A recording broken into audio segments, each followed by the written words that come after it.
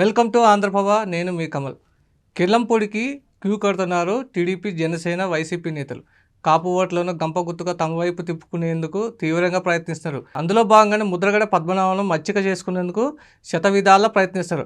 అటు టీడీపీ కానీ, ఇటు జనసేన కానీ, ఇటు వైసీపీ నేతలు కూడా తీవ్రంగా ప్రయత్నాలు జరుగుతున్నాయి. అందులో భాగంగానే టీడీపీకి చెందినటువంటి జ్యోతుల నెహ్రూ ముద్రగడ పద్మనాభంతో ఆల్రెడీ భేటీ అయ్యారు. దీనికి సంబంధించి వివరాలు బయటకు రాకపోయినప్పటికీ ముద్రగడ పద్మనాభం టీడీపీలోకి వెళ్తారా అనేది ఇప్పుడు సస్పెన్షన్ కొనసాగుతుంది. అయితే ప్రస్తుత పరిస్థితుల్లో రాజకీయంగా మారినటువంటి సమీకరణాలను చూసుకున్నట్లయితే ముద్రగడ పద్మనాభం టీడీపీలో కానీ, జనసేనలో కానీ పోయేటట్టు తెలుస్తుంది. ఎందుకంటే మొన్నటి వరకు వైసీపీ తోటి పరోక్షంగా సహకరించినటువంటి ముద్రగడ పద్మనాభం ఆయన అనుకున్నటువంటి పార్లమెంటు కానీ, ఎమ్మెల్యే సీట్లు కానీ కొన్ని అడిగితే మాత్రం అటు అధిష్టానం నుంచి సరైన సమాచారం రాకపోతే ఆయన అలక వీడినట్టు తెలుస్తుంది. అదే విషయంలో ఇటువంటి పరిస్థితుల్లోనే ఇటు చంద్రబాబు నాయుడు కానీ, ఇటు పవన్ కళ్యాణ్ కూడా కాపు ఓట్లను తమ వైపు తిప్పుకొని గెలుపు విజయంలో బాటలు వేసేందుకు తీవ్రంగా ప్రయత్నాలు జరుగుతున్నాయి. ముద్రగడ పద్మనాభం ఇంటికి వెళ్ళి చర్చలు చేయాల్సిందిగా హైకమాండ్ ఆదేశించినట్టు తెలిసింది. కానీ బయటకు వచ్చినటువంటి నేతలు మాత్రం మర్యాదపూర్వకంగానే కలిసామని చెప్తున్నా కానీ ఇక్కడ అక్కడ లోపల జరిగినటువంటి ఏం మాట్లాడే విషయాలు మాత్రం బయటకు రాలేదు. అయితే ఇటీవల పవన్ కళ్యాణ్ కూడా కాపు ఓట్లంతా ఐక్యంగా ఉండాలి, కాపులంతా సమిష్టిగా పోరాడాలి, అధికారం కోసం ప్రయత్నాలు జరగాలని చెప్పి పవన్ కళ్యాణ్ లేఖ రాసిండు.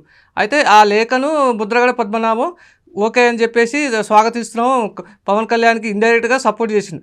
అదేవిధంగా ఇటు పవన్ కళ్యాణ్ కూడా అటు 2 రోజుల్లో ముద్రగడ పద్మనాభంతో భేటీ అవుతున్నట్టు సమాచారం.